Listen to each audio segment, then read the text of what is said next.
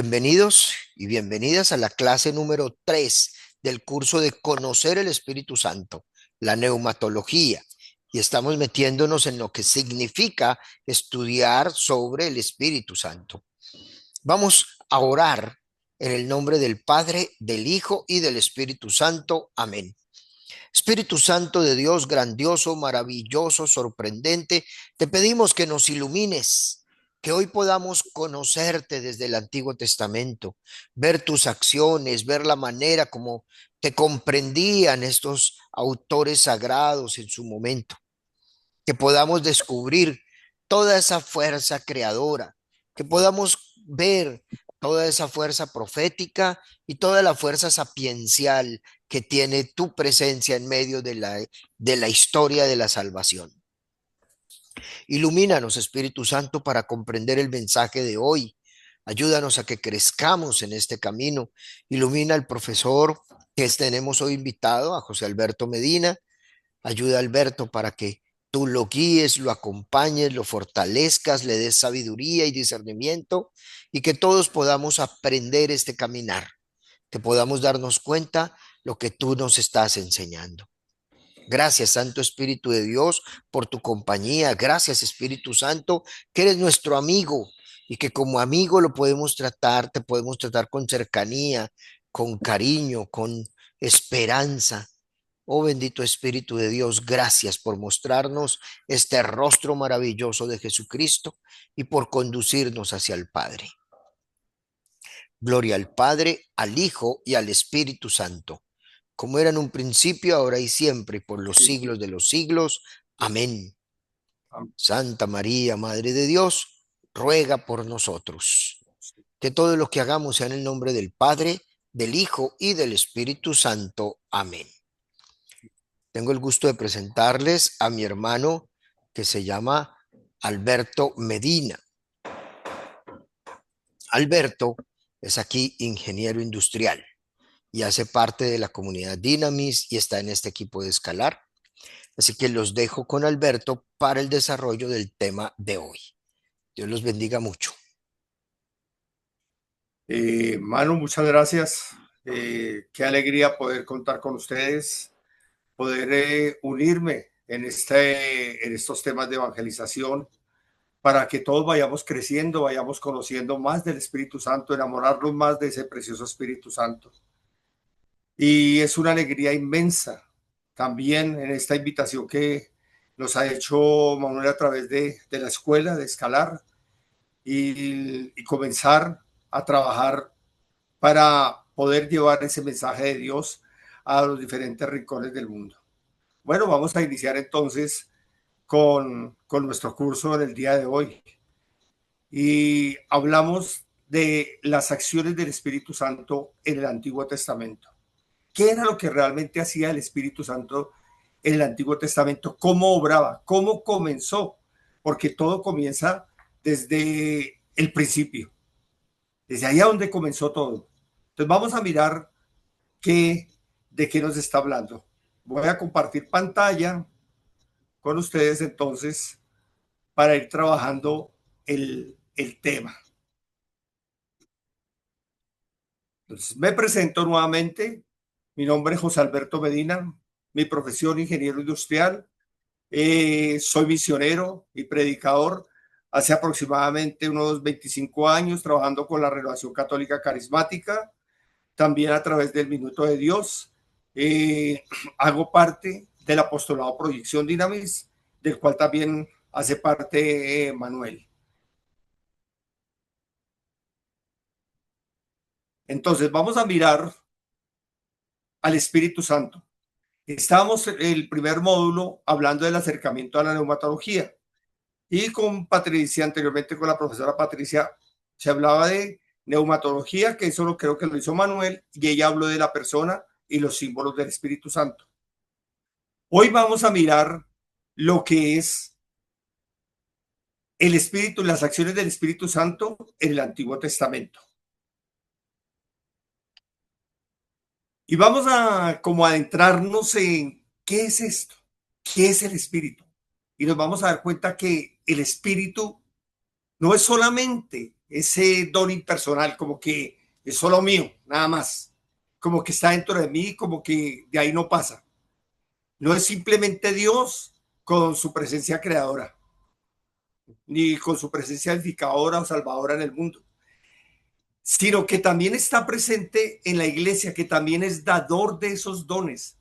Por lo tanto, como es dador de esos dones, encontramos aquí lo más grande y maravilloso. Sabemos que Dios es una persona, pero también su espíritu es otra persona, es una persona que siempre está con nosotros y está presente en nosotros. Aquí en este tema vamos a darnos cuenta que debemos tener muy presente que esa revelación se nos va a dar progresiva. La revelación progresiva de Dios se va realizando en la historia de la salvación, es decir, desde el momento de la creación de todo hasta hoy, hasta el hoy. Pero no solamente hasta el hoy mío, sino va a seguir, o sea que va a ser por siempre. Y que eso se refleja en dónde? En la Biblia. Y por eso aquí nos puede llegar a sorprender un primer momento, que no nos vayan a aparecer claramente todos los rasgos de Dios, porque en el Antiguo Testamento nos vamos a ir dando cuenta. En toda la historia vetestoramentaria, perdón, nos vamos a dar cuenta de que eso va a suceder, que no lo vamos a definir todavía como algo exacto como lo conocemos hoy. Más bien, no debemos proyectar al Espíritu Santo de Dios desde el Antiguo Testamento todos los datos que nosotros conocemos hasta hoy, en la plenitud de la revelación, sino que nos vamos a ir pacientemente adentrándonos paso a paso en la realidad del Espíritu de Dios, tal como nos fue revelando, tal como el Señor nos fue revelando a su Santo Espíritu. Entonces miremos cómo comienza toda la historia de esto. Y esas líneas de acción del Espíritu Santo del Antiguo Testamento, ¿cuáles tenemos? Vamos a encontrar tres dimensiones aquí claras. Una dimensión que es una dimensión creadora, una dimensión profética y una dimensión sapiencial.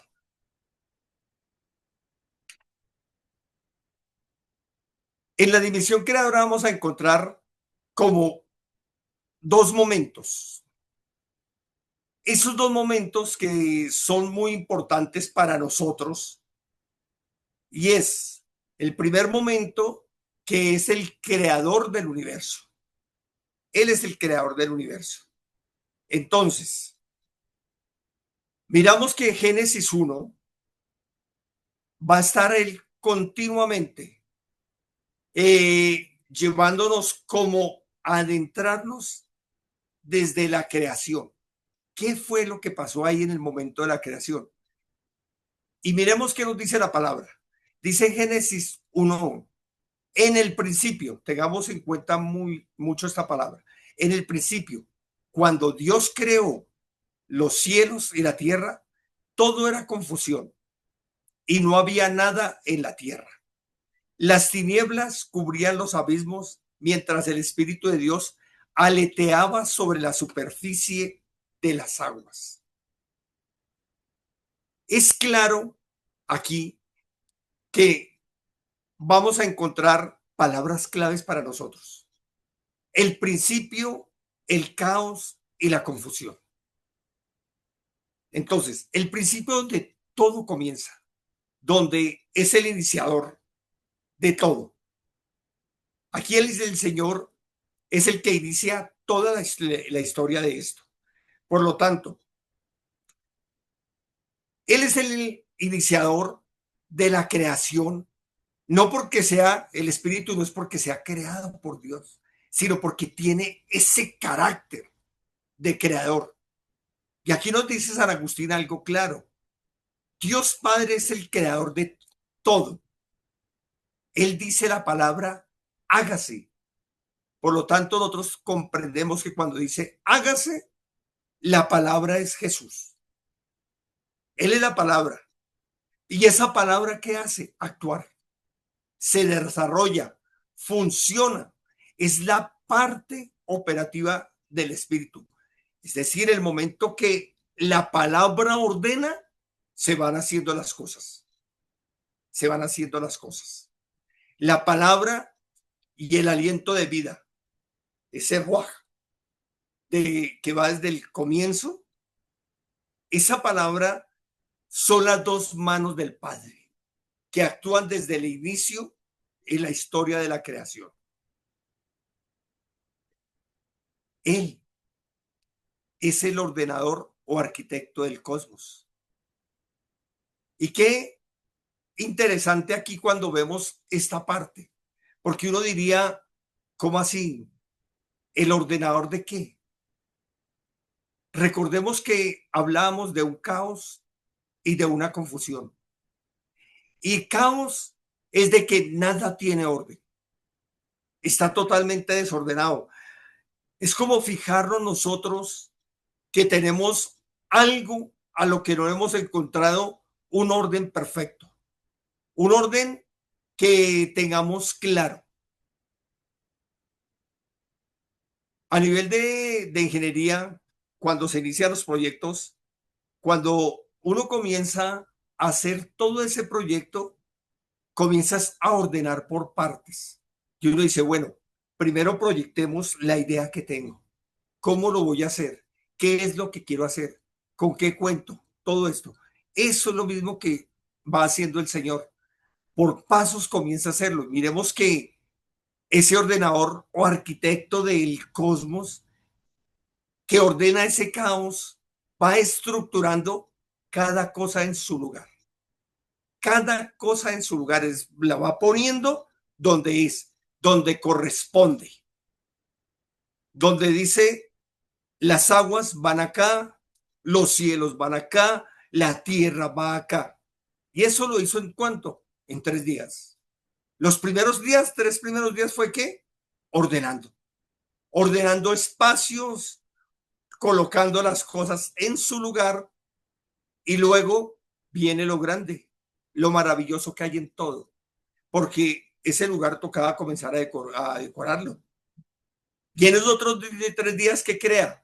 Pues las plantas, eh, crea los animales, las aves, animales marinos, animales terrestres, es decir, comienza a darle como esa hermosura a su creación. A su creación, comienza a darle esa creación. Por lo tanto, el espíritu va ordenando, ordenando, ordenando todo. Y eso sucede también en nuestras vidas. ¿Se han fijado en eso? Que nosotros muchas veces cuando estamos en ese caos, cuando estamos en las situaciones tan duras que no encontramos nada por ningún lado, el que viene realmente a ordenar nuestras vidas si se lo pedimos, si lo dejamos actuar, si le decimos al Señor, tú eres el ordenador, eres el arquitecto de mi vida, Él viene y lo hace. Él viene y lo hace y comienza a ordenar mi vida, comienza a organizar ese cosmos que hay en mí, ese caos que hay en mí, que no me deja avanzar, que no me deja mirar más allá para poder encontrar un camino. Y ese tercer punto que es vivificador del universo. Entonces tenemos el primero que fue iniciador de la creación. Todo lo hace a través de qué? De la acción de la palabra. El segundo, que es ordenador o arquitecto del cosmos. Él ordena todo, que es lo opuesto al caos, ¿no? El orden es lo opuesto al caos. Y eso se llama cosmos. Cosmos. Entonces ahora vamos a ver que también es el vivificador del universo. Vivificador. Y uno dice, ¿cómo así? Pues vivificador porque es el que da vida. Es el que comienza a darle vida a ese universo.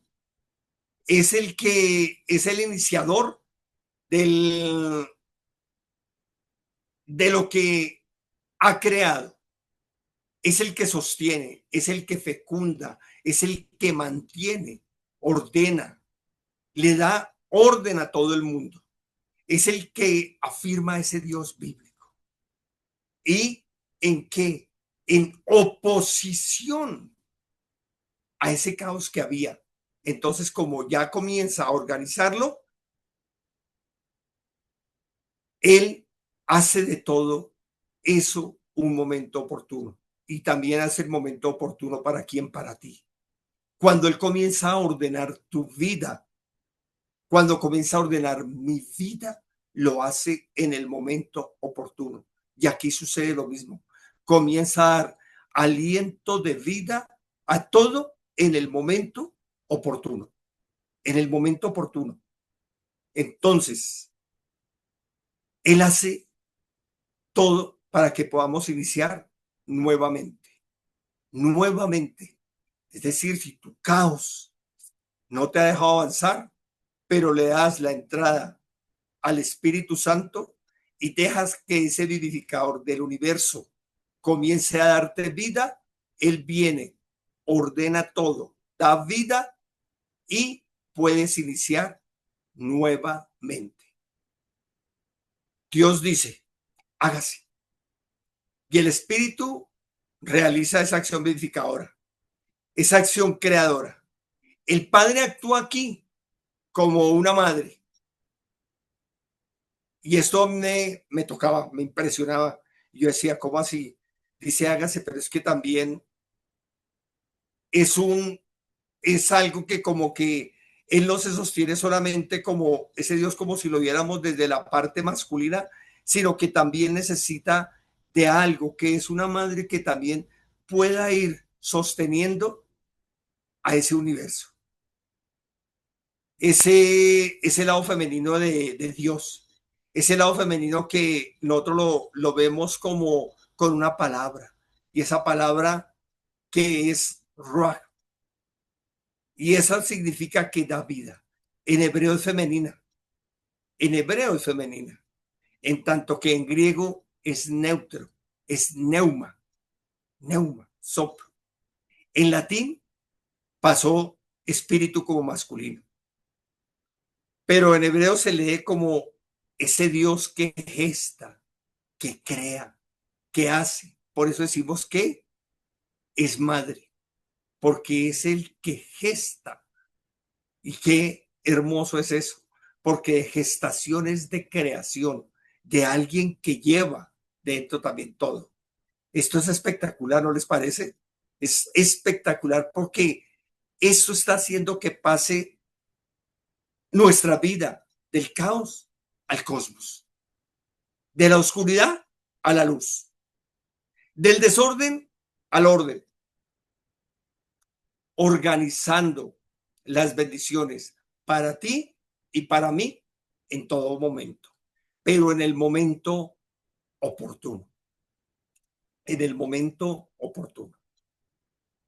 Y vamos a mirar una segunda acción aquí.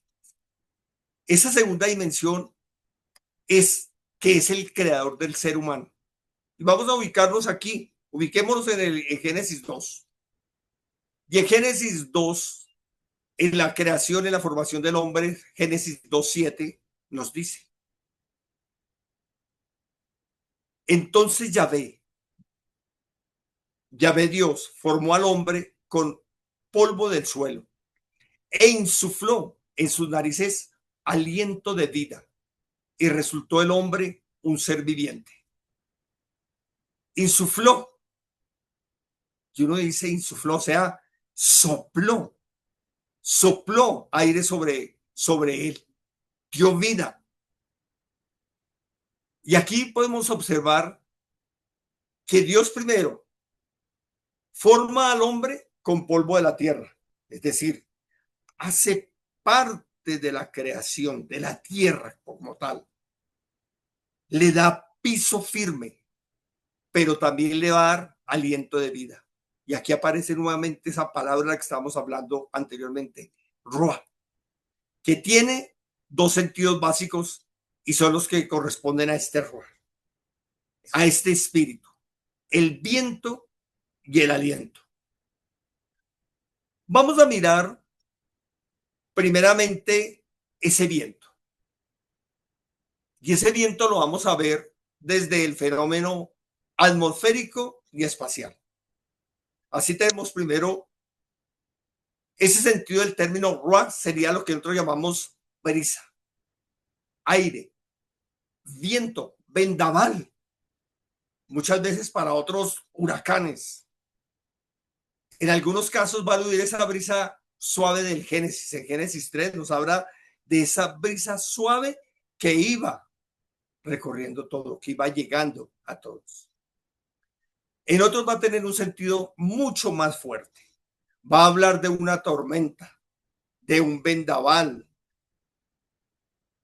una galerna que se arrecia cuando Yahvé se acerca. Como en el libro de los Reyes lo podemos ver en el capítulo 18, donde al acercarse Dios parecía que un vendaval, algo fuerte como si fuera una tormenta. O también esas teofonías que encontramos nosotros en el libro del Éxodo. Ruaj, como viento, como brisa, como tormenta, como vendaval, también desempeña un papel muy importante en las teofonías bíblicas, porque no se trata solamente de un fenómeno atmosférico o espacial autónomo, sino que los textos bíblicos van a hablar siempre de ese viento como una fuerza en movimiento que no podemos tocar, algo que no puede, porque ninguno podemos tocar el viento. Sabemos qué pasa, pero no lo podemos tocar. Sabemos que el aire está ahí, pero no lo podemos tocar. Pero que lo sentimos, que está aquí, cogido a nosotros porque lo estamos sintiendo, porque está pasando aquí sobre nosotros. Sentimos que es una fuerza que está en movimiento directamente dirigida por Yahvé, por Dios. Pero también ese rúa lo vamos a ver como aliento,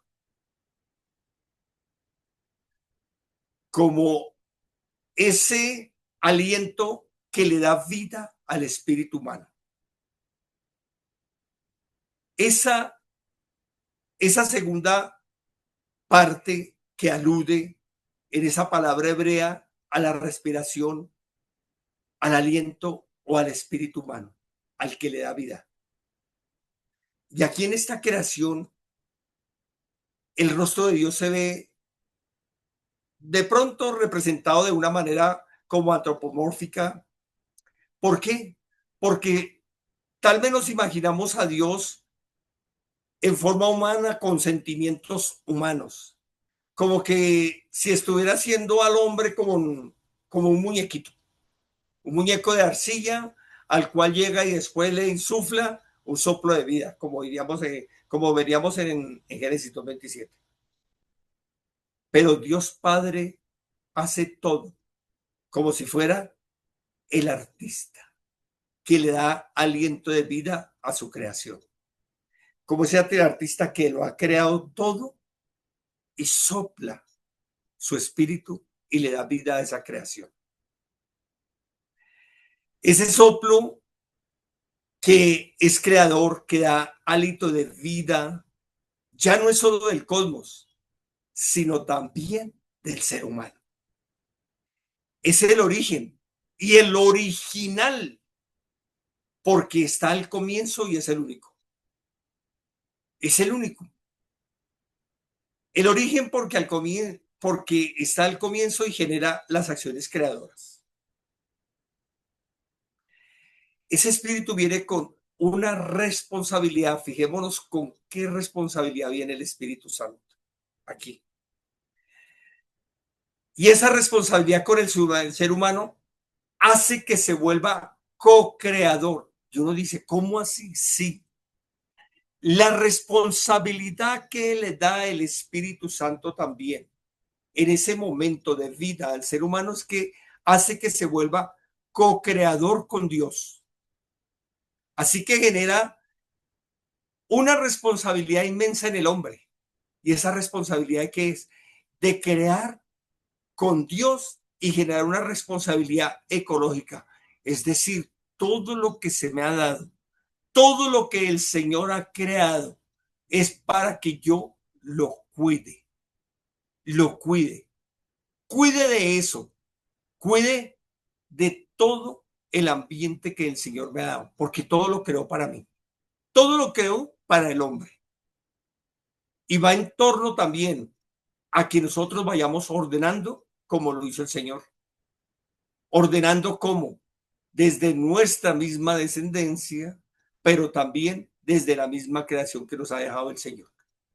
Y desde lo que nosotros vamos también haciendo.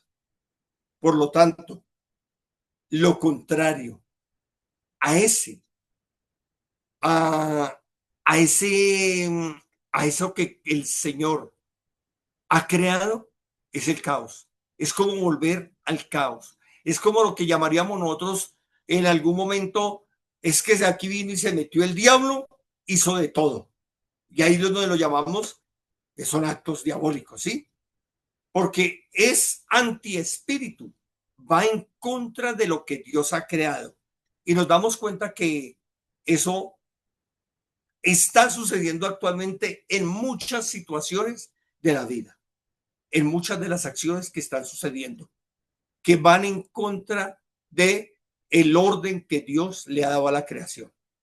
Entonces, aquí en conclusión, el Espíritu Santo es quien te crea, quien te fortalece, quien te da las fuerzas para seguir adelante, especialmente en los momentos de caos, y te guía a los mejores términos, a los mejores términos. Es el Espíritu Santo el que va haciendo esa obra en ti, una obra creadora, una obra nueva, una obra trascendental, porque Él hace también que tú vayas trascendiendo. Vamos a la otra dimensión, a esa dimensión profética.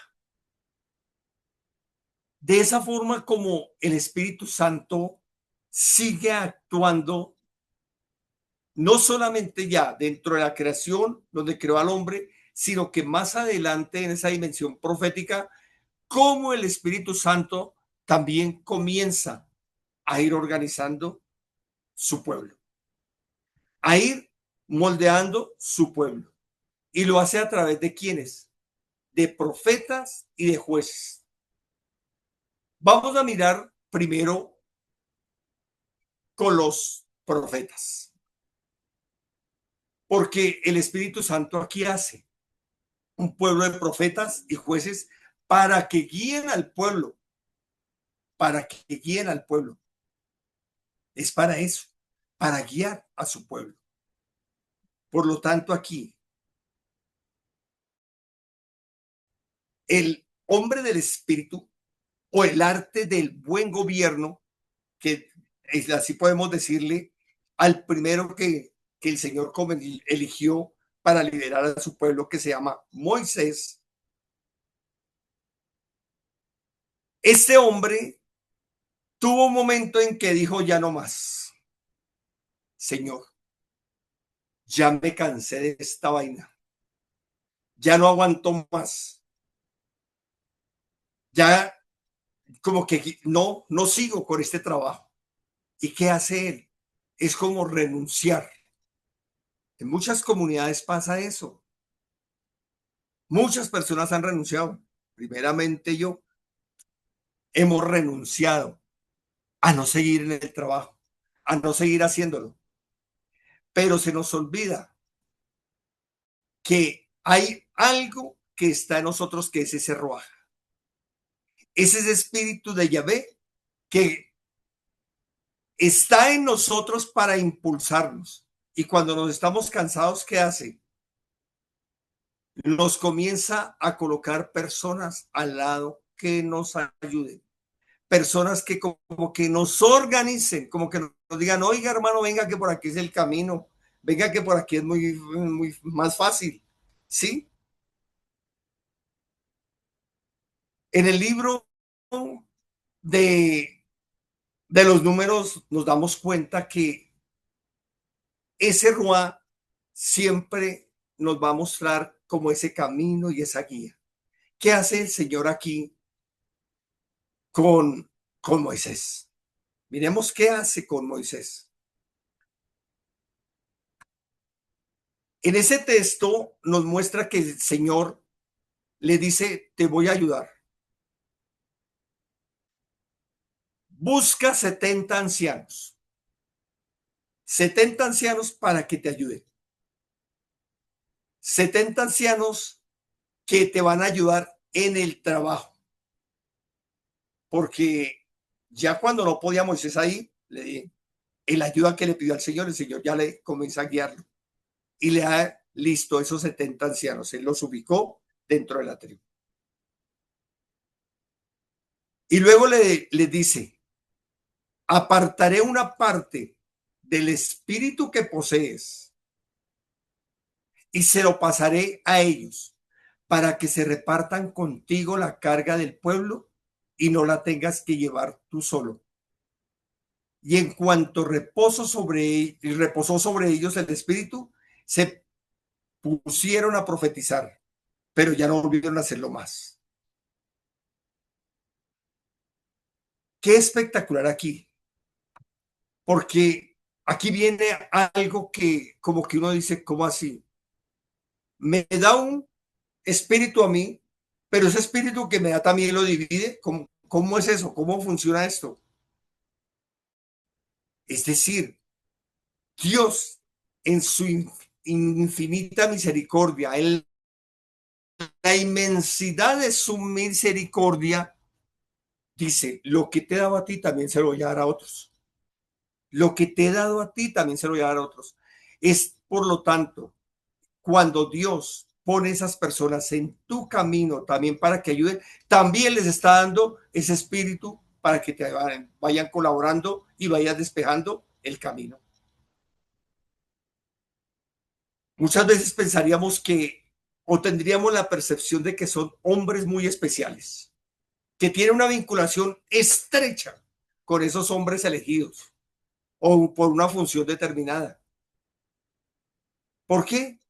Porque eso es lo que va generando el Espíritu Santo en cada persona. ¿Y para qué los elige? ¿Para qué el Señor quiere que esos hombres le colaboren a Moisés? Para que profetice. Porque profetizar es hablar de parte de Dios. Y profetizar aquí en este momento es entrar al trabajo, a lo que hay que hacer, a lo que hay que entrar a organizar y a guiar. Ese es el trabajo que tienen estos 70 hombres. Cuando se eligió a esos 70 hombres, cuando desciende el Espíritu sobre ellos, aquí hay algo claro que nos habla también en el versículo 27. Habían dos hombres que no quisieron ir al campamento. Dijeron, ay, no, yo no voy por allá. Que me cuenten mejor lo que pasó. Como sucede muchas veces en las reuniones nuestras, en las asambleas. No, yo no voy hoy a la asamblea.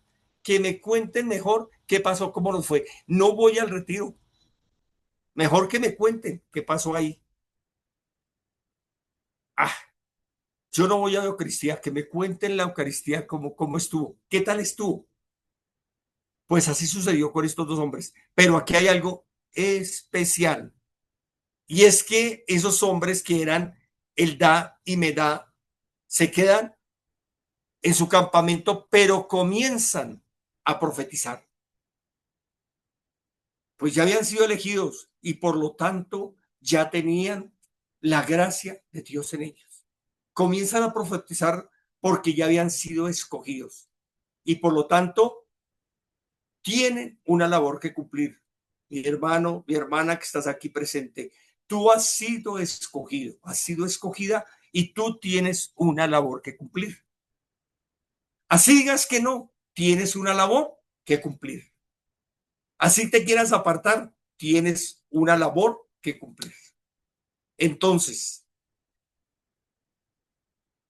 aquí para nosotros es muy importante comenzar en nuestras comunidades a formar servidores. Servidores para que con la fuerza de Dios, el aliento del Espíritu Santo, ayuden en el trabajo de la evangelización. Otros no quieren ir a la misión, pero ya han sido escogidos. La formación es clave. Fijémonos que aquí ¿qué es lo que hace? Se escogen los 70 ancianos para que ayuden en la labor, pero también necesitaron de formación. Pues claro, en el camino la iban teniendo, en el camino iban teniendo esa formación. Así sucede en nuestras comunidades. Es de esa forma que nosotros vamos avanzando en la iglesia. Ahora miremos qué más hizo el Señor. Y no fue solamente con Moisés, sino que también lo hizo con varios profetas. Lo hizo con Elías, con Eliseo, con esos profetas preclásicos que llamamos en la Biblia, en el libro de los reyes. Elías y Eliseo, ¿qué hacían? ¿Cuál era el trabajo de ellos? Era proclamar la palabra de Yahvé. Eran los que iban a impulsar la historia hacia adelante, los que iban a ser capaces de advertir y anticipar los riesgos que había. Eran los que empujaban al pueblo en la dirección correcta. Ahora, ese profetismo anterior al siglo octavo antes de Cristo, ahí en ese profetismo el espíritu también desempeña un papel muy importante, porque esos profetas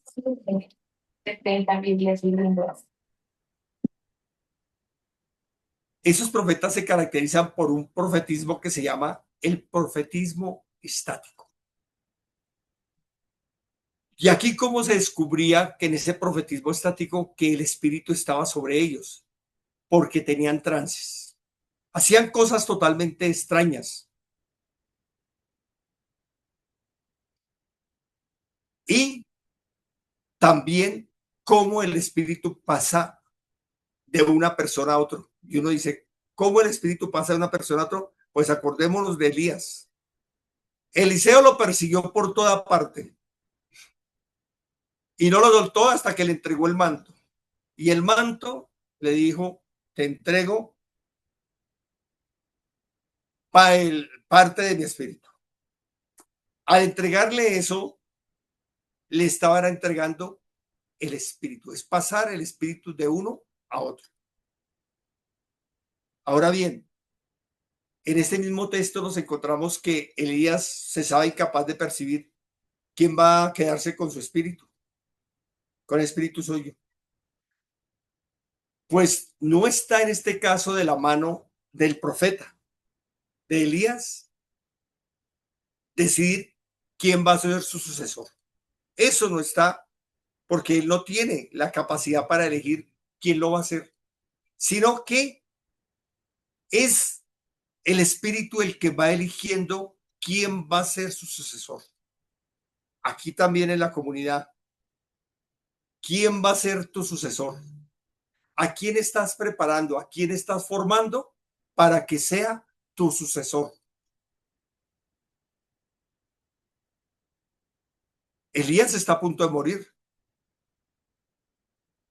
Elías ya está a punto como de entregar su espíritu, porque él dice, ya me llegó la hora, pero está siendo arrancado que por un carro, porque él no murió, acordémonos, sino que él fue arrebatado. Lo llevaron en un carro. Y eso nos lo muestra en el libro de los Reyes, en el capítulo 2. Por lo tanto, hay alguien que, lo decíamos anteriormente, Eliseo, lo sigue, él lo persigue. Lo sigue desesperadamente a todas partes porque quiere quedarse con el espíritu profético. Y Elías, como se cansa de que Eliseo le persiga por todas partes, le pregunta, curiosamente, le pregunta a Eliseo. Y Eliseo le dice que quiere dos partes de su espíritu.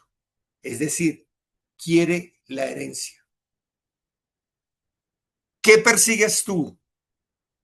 ¿O qué persigo yo? ¿La herencia o el espíritu para que me dé vida y siga trabajando? ¿Qué herencia quiero en mi vida?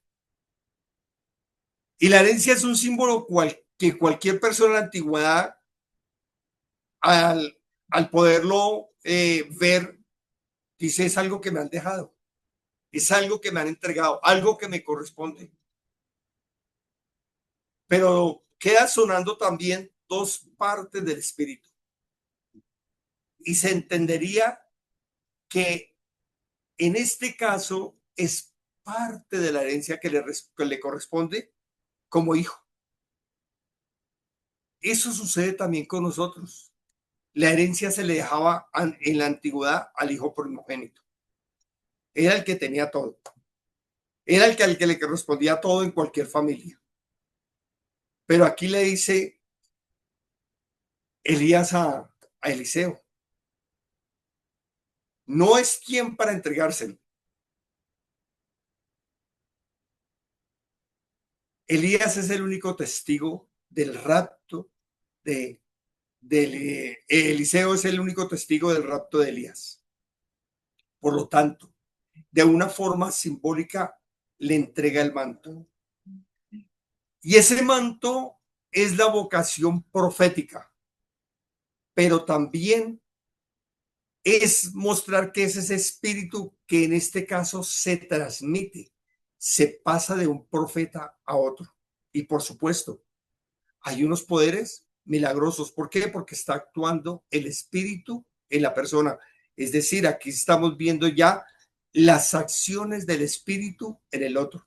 Acciones milagrosas y sobrenaturales, de las que hace gala Eliseo en las historias del segundo libro de los Reyes. Ahora miremos a los 4 profetas mayores. Tenemos 4 profetas mayores que eran los que íbamos mirando, como eran Isaías, Ezequiel, Joel.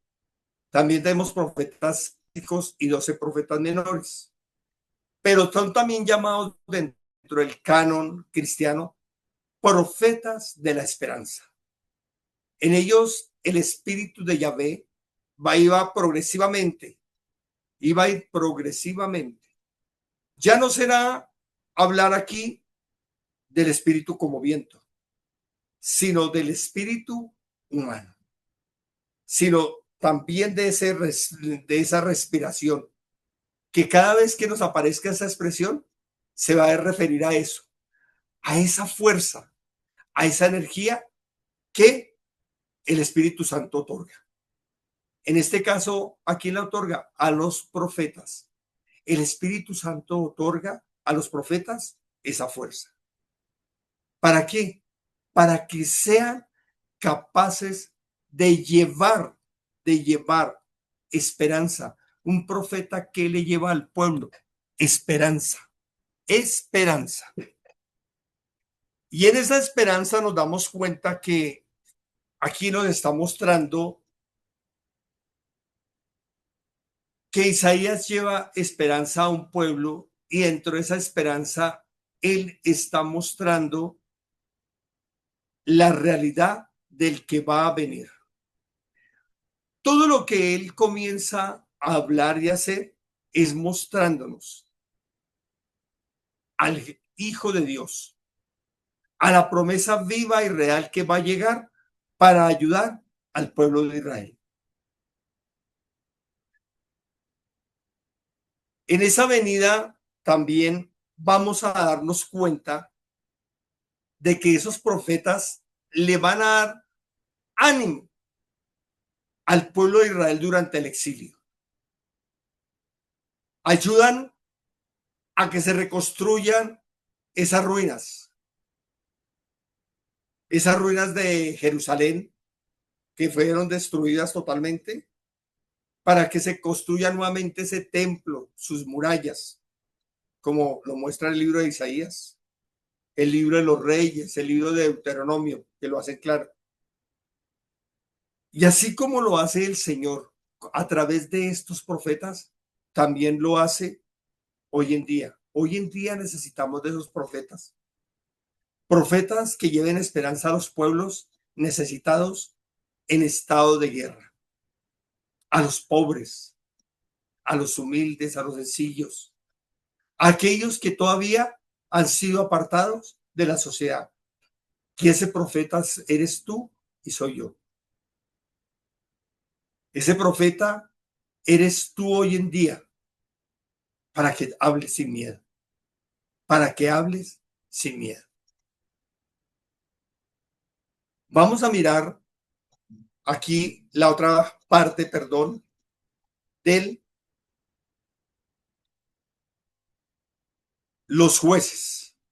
¿Cuál era la función de los jueces en la tribu de Israel? Y esos jueces nos lo podemos ver en los libros de los jueces, que el espíritu, la Ruach de Yahvé, tiene una enorme importancia. Hasta el punto que uno de los biblistas consagrados hace muchos años tituló su comentario en el libro de los jueces. Esto lo leo textual porque no es parte mía, sino es de un biblista. Dice, la fuerza del espíritu habla de la fuerza del espíritu. Y aquí también nos encontramos con relatos que son muy antiguos, en los que descubrimos de nuevo ese imaginario. Un imaginario como arcaico en el que Roa cae sobre alguien que será un juez. Y un juez no es aquel que llega a juzgar.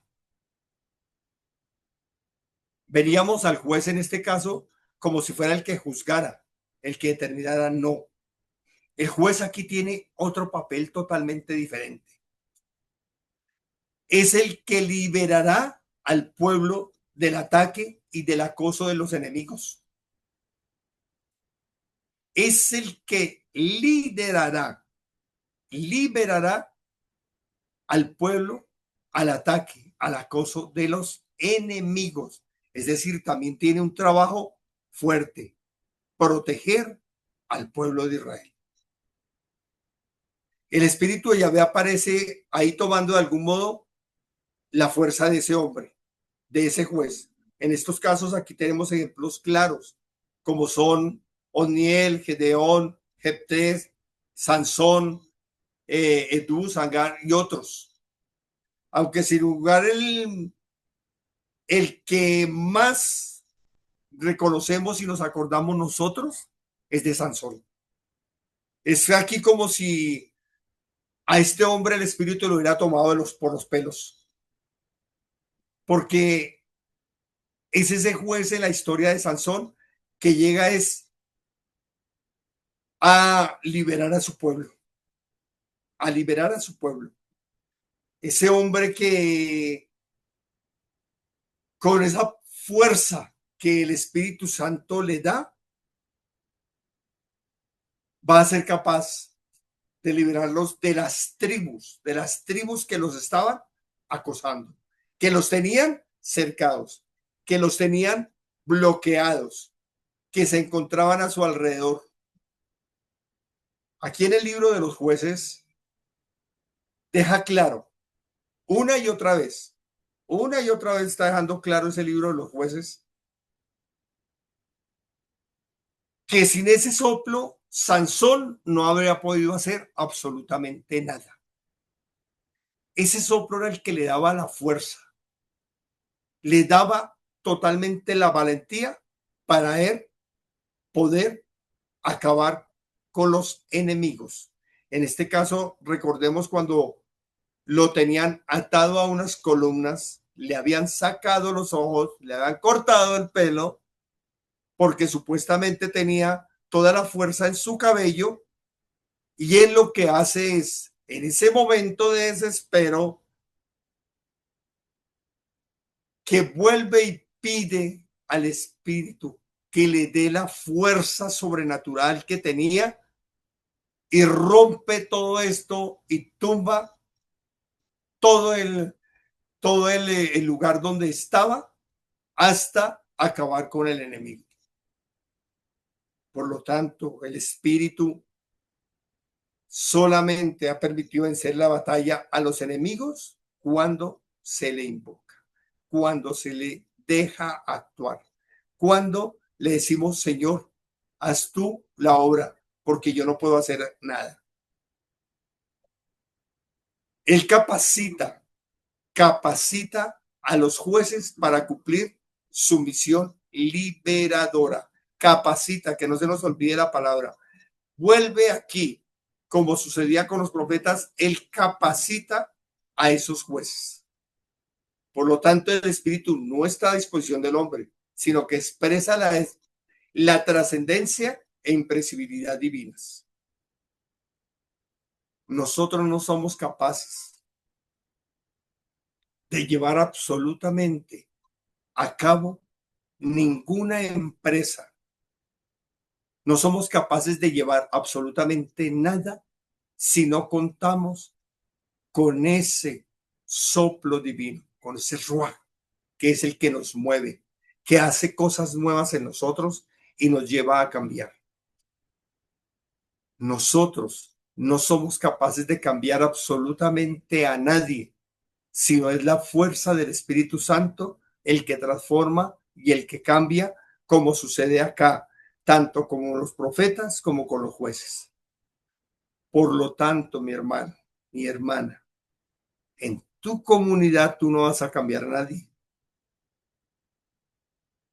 En tu comunidad vas a permitir que sea el Espíritu Santo el que comience a obrar en cada persona y comience a transformar corazones y vidas para que ellos también vayan a qué? A cumplir su misión. Porque como profeta tú has sido elegido o elegida para eso, para ir a cumplir una misión, para ir a cumplir una misión. ¿Colmada de qué? Lo explicaba anteriormente Patricia, de dones y carismas, para cumplir la misión. No es para más, para cumplir la misión. Vamos a nuestra siguiente dimensión, esa dimensión sapiensal. Y aquí en esta línea de acción que tenemos, está esa dimensión sapiensal. Aquí obra el Espíritu Santo de una forma maravillosa, grande, que queda uno asombrado. Y yo quiero pedirte el favor de que por un momento como que te ubiques, que tú tienes esa fuerza del Espíritu y que ese Espíritu es el que te da sabiduría, te da el discernimiento, el conocimiento para que tú puedas realizar las cosas. Porque asimismo obró el Espíritu Santo en los jueces, en los profetas, en la creación. Asimismo también está obrando en nosotros hoy en día. Y obra de una forma tan maravillosa porque Él tiene todo esto. Y miremos qué es lo que tiene y qué es lo que vamos a encontrar en el Espíritu Santo, que Él teniéndolo, también nos lo da. También nos lo da si lo recibimos, si lo comenzamos a aceptar.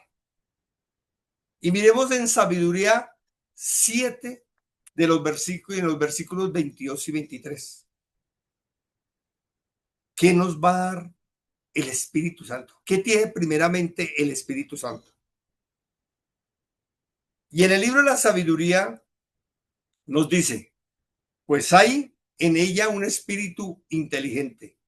Ojo, hay un espíritu inteligente, santo, único, múltiple, sutil, ágil, perspicaz, inmaculado, firme, claro, impasible, amante del bien, agudo, libre, bienhechor, filántropo, seguro, sereno, que todo lo puede,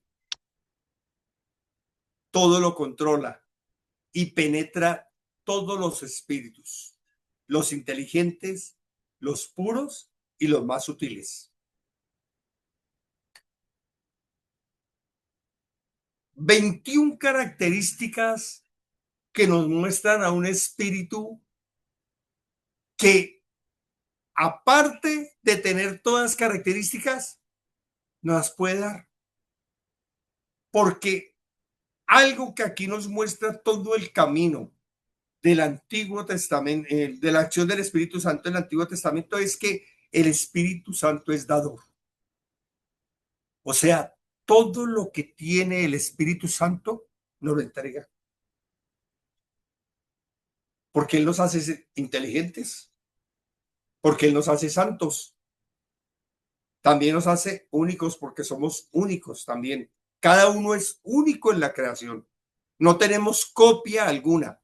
Cada uno somos únicos.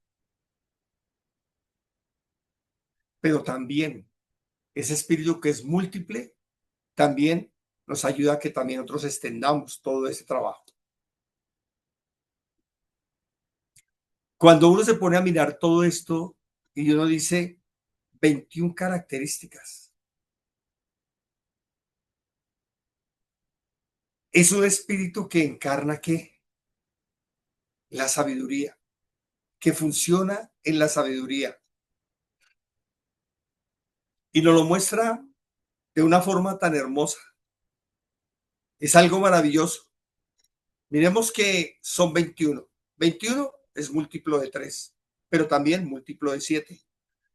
Aquí nos está mostrando que la perfección y la plenitud de Dios es un espíritu que nos conduce a vivir sabiamente, a vivir en sabiduría. Aquí no se trata de que sepamos muchas cosas, sino de saber vivir en la voluntad de Dios. Porque cuando vivimos así en la voluntad de Dios, eso hace que nuestra vida se transforme. Se transforme como con los sabios de la Biblia, que todo lo hacen y lo vivían de acuerdo a quién, a la voluntad de Dios, a la voluntad de Dios. A eso somos llamados, mis hermanos, hoy en día, a que nosotros seamos capaces de poder vivir en la voluntad de Dios, en la voluntad de Dios. No es fácil. ¿Quién dijo que iba a ser fácil? Pero cuando nosotros tenemos al Espíritu actuando en cada uno de nosotros como el Señor quiere y lo dejamos obrar como Él quiere, comenzamos a caminar en la voluntad de Dios. ¿Qué nos dice aquí la profesora Lidia Rodríguez? He tomado esta parte de ella, que es uno de los textos que están para que ustedes estudien, conozcan esto. Sea cual fuere la época en la que estamos hablando de ese espíritu de Yahvé, hay siempre un elemento común, el elemento de la donación. La donación del espíritu siempre parte de la iniciativa de Dios. Podríamos hablar de gracia, si queremos, pero ese don siempre está orientado a la salvación, a la liberación, a la santidad.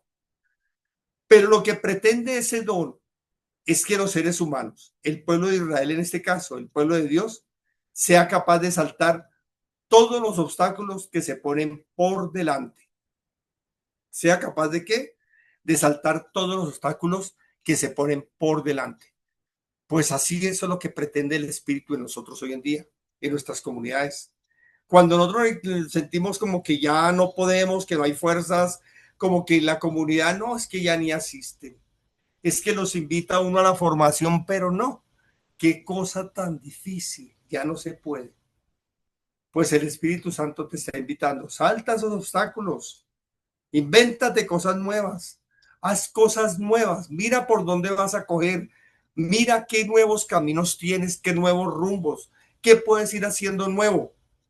Muchas veces, por ejemplo, en el caso nuestro, bregamos incluso hasta con las nuevas tecnologías. Yo soy uno de ellos. Ahí me toca pedir ayuda casi siempre, tanto de aquí de nuestro profe Manuel, como hasta de mis hijos para que me ayuden a ir haciendo cosas nuevas. Pero el Espíritu Santo nos ha dado algo, que es inteligencia, sabiduría para ir desarrollándola acá. A eso también somos todos llamados. Creemos nuevas cosas, saltemos esos obstáculos, como le sucedía a todos esos profetas, a esos jueces, al pueblo de Israel, por todo lo que tuvieron que pasar. Para Moisés sabemos que no fue fácil el paso por el desierto. ¿Al caso nosotros no hemos pasado por eso? ¿Al caso no hemos pasado por tantas cosas en nuestras vidas? y el Espíritu Santo es el que nos ayuda y nos va guiando. Pues hagámoslo así también en nuestras comunidades. Entonces, mis hermanos,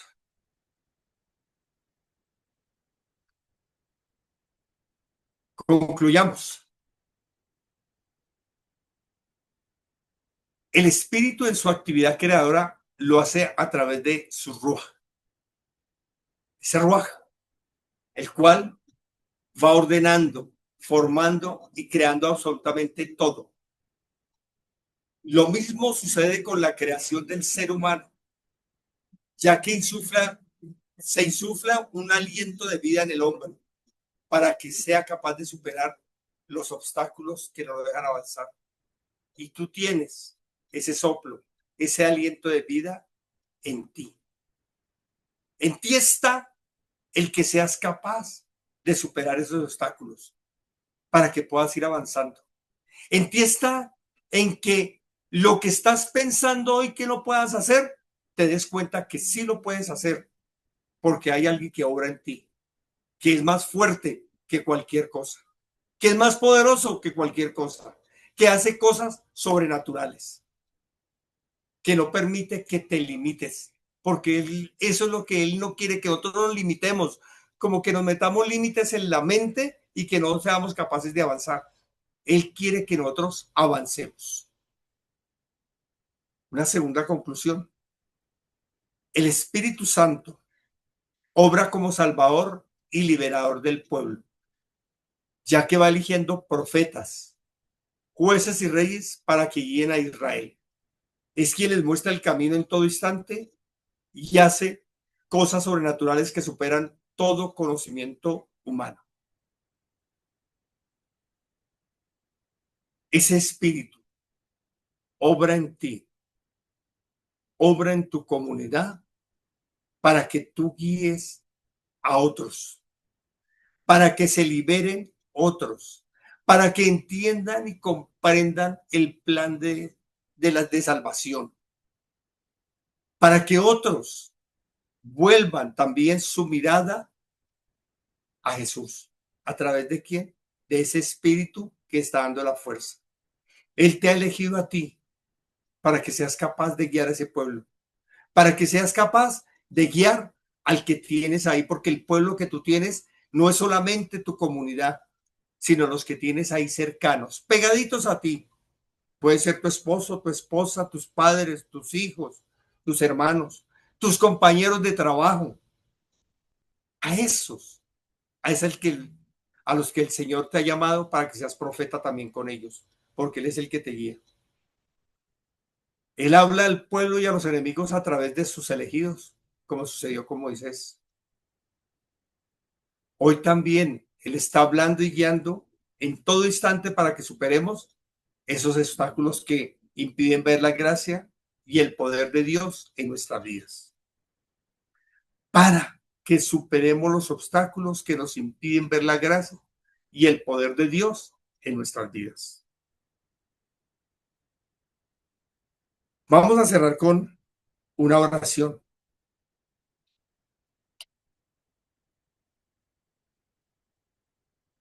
Y esta oración que es hermosa, que que ha sido como un himno en nuestra iglesia. Pero hay una también de Santo Tomás de Aquino que me llamaba la atención, que es el Espíritu Santo, que él también como que nos hace ver lo increíble que es el Espíritu Santo. Y esa oración de Santo Tomás de Aquino al Espíritu les dice: Creador inefable, tú que eres la verdadera fuente de luz y de sabiduría y el principio supremo, dígnate infundir sobre las tinieblas de mi inteligencia el resplandor de tu claridad, apartando de mí la doble oscuridad en que he nacido, el pecado y la ignorancia. ¿Tú qué haces? Elocuente la lengua de los niños educa también la mía, e infunde en mis labios la gracia de tu bendición. Dame agudeza para entender, capacidad para asimilar, método y facilidad para aprender, ingenio para interpretar y gracia copiosa para hablar. Dame acierto al empezar, dirección al progresar y perfección al acabar. Tú que eres verdadero Dios, hombre que vives y reinas por los siglos de los siglos. Amén. Vamos a orar, hermanos. Oremos con este himno también que tenemos acá. Yo te pido que coloques tu mano ahí en tu corazón y le digas al Espíritu Santo: ven, Espíritu Divino, manda tu luz desde el cielo. Padre amoroso del pobre, donen tus dones espléndidos. Luz que penetra las almas, fuente del mayor consuelo. Ven, dulce huésped del alma, descanso de nuestro esfuerzo, tregua en el duro trabajo, brisa en las horas de fuego, gozo que enjuga las lágrimas y reconforta los duelos. Entra hasta el fondo del alma, divina luz, y enriquecenos. Mira el vacío del hombre si tú le faltas por dentro. Mira el poder del pecado cuando tú no envías tu aliento. Riega la tierra en sequía, sana el corazón enfermo, lava las manchas, infunde calor de vida en el hielo, doma al espíritu indómito, guía al que tuerce el sendero, reparte tus 7 dones según la fe de tus siervos. Por tu bondad y tu gracia, dale al esfuerzo su mérito. Salva al que busca salvarse y danos gozo eterno. Amén. Gloria al Padre, al Hijo y al Espíritu Santo. En un principio, ahora y siempre, por los siglos de los siglos. Amén.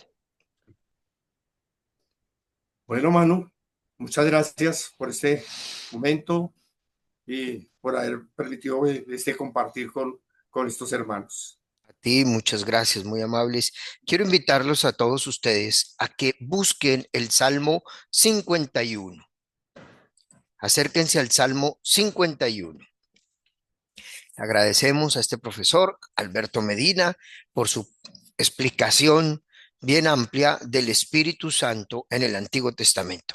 Espíritu creador, espíritu en profético, en la línea de los profetas, y el espíritu en la literatura sapiencial. Nos podemos dar cuenta que en la literatura sapiencial, espero que estén buscando el Salmo 51, nos ubicamos en la literatura sapiencial y allí hay un cambio. Es decir, a lo largo de la literatura del Antiguo Testamento no hay una unidad sobre este espíritu. No existe esa unidad, porque primero, en los escritos más antiguos, el espíritu es el espíritu de Dios o el espíritu de Yahvé. Y así va a aparecer, aun cuando se habla en el libro de los números del espíritu de David, perdón, de Moisés, o lo que vimos también con Elías y Eliseo, era el espíritu de Eliseo, el espíritu profético, pero cuando ya se llega a la literatura sapiencial, especialmente el libro de la sabiduría, que fue escrito por ahí por el año 50 o 30 antes de Cristo, ya el espíritu va teniendo una personalidad independiente de Papá Dios, de Dios Padre, va a tener una personalidad independiente. Por lo pronto va juntito. Y atentos a esto, si han buscado Salmo 51, van a buscar los versículos 12 y 13. 12 y 13. Ahí vamos a descubrir una sorpresa que les tengo, una sorpresa. El Salmo 51, llamado también el Miserere, porque comienza diciendo: misericordia, Dios mío, por tu bondad, por tu infinita compasión, borra mi culpa, lava del todo mi delito, limpia mi pecado, contra ti solo pequé, cometí la maldad que aborreces en la... Ok, versículo 12. Miren la petición, aquí hay una petición. Crea en mí, oh Dios, un corazón puro y un espíritu firme desde dentro me renuévame. No me rechaces lejos de tu rostro, no retires de mí tu Santo Espíritu. Versículo 13. no retires de mí tu Santo Espíritu. Solo en el Antiguo Testamento hay dos ocasiones en que se habla así completo Espíritu Santo. Aquí Santo Espíritu es el mismo. Solo dos veces en el Antiguo Testamento. Las otras veces son Espíritu de Yahvé, Espíritu de Dios, el Espíritu de Moisés, el Espíritu de Elías, y está sobre la persona. Y el Espíritu está sobre. Pero en este caso, versículo 13, Salmo 51, versículo 13, dice, no retires de mí tu Santo Espíritu. Son dos veces que utiliza la expresión Espíritu Santo en todo el Antiguo Testamento, que es la manera en que Dios está en la persona, porque dice no retires de mí, o sea, hay una comprensión de que el Espíritu Santo está en la persona, dentro de la persona, y eso también sorprende. Repito, porque en el Antiguo Testamento el Espíritu Santo estaba sobre la persona. En este salmo, bello Salmo 51, un salmo penitencial, es una de esas veces en las que se está utilizando la expresión completa Espíritu Santo. Bello esto, para que nosotros revisemos que sobre el Espíritu Santo en el Antiguo Testamento, hoy hemos empezado un camino bien firme con los tres elementos fundamentales, bien importante. Esos tres elementos que nos ha mostrado el profesor Alberto son claves para el desarrollo de todo lo que viene.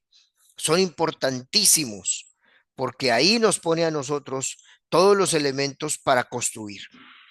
Acuérdense entonces en el Antiguo Testamento, repasemos. El Espíritu Santo en la creación o Espíritu Creador. El Espíritu Santo en los profetas o Espíritu Profético. Y en los escritos sapienciales o el Espíritu Sabio, como lo vimos en el libro de la sabiduría. Esa experiencia va a crecer y va a ser grande, importante en la presentación de Jesús y en todo el Nuevo Testamento. Para la próxima semana tendremos nosotros la clase del Espíritu Santo en Jesucristo. Cómo se comporta el Espíritu Santo en Jesucristo. Ya aparece con el calificativo santo. Va a ser una pequeña transición, una muy pequeña transición para pasar del Espíritu de Dios a Espíritu Santo y veremos algo bien bello ahí. Bien hermoso. Por lo pronto les quiero pedir que contesten la evaluación 2. Hay algunos hermanos que no han realizado la evaluación 1, así que tienen todavía unos días para ponerse al día con la evaluación 1, pero tienen que acercarse al aula virtual. En el aula virtual, en esta clase número 3, ahí van a tener la evaluación 2. Son dos preguntas sencillas sobre lo que hemos visto hoy. Es importante que lo vean, lo desarrollen y aprovechen estos recursos también que están en el aula virtual. Hay materiales de apoyo. En serio, aprovechenlos, ténganlos en cuenta y utilícenlos con claridad. Pues bien, espero que hayamos aprendido hoy mucho. A ver, deditos arriba, ¿cómo nos pareció? ¿Cómo estuvo el camino que hemos hecho hoy por el Antiguo Testamento? Pueden poner su dedito arriba, sí, el agradecimiento, mucho, muy bien. Tenemos entonces un caminar que estamos realizando y este caminar ya lo hemos recorrido por los elementos fundamentales del Antiguo Testamento, de cómo se ve el Espíritu de Dios en el Antiguo Testamento. Ahora iremos al Nuevo Testamento, empezando por el Espíritu en Jesucristo. Bien importante para nosotros. Acuérdense, si no has hecho la evaluación 1, haz la evaluación 1. Si no has hecho la evaluación 2, haz la evaluación 2.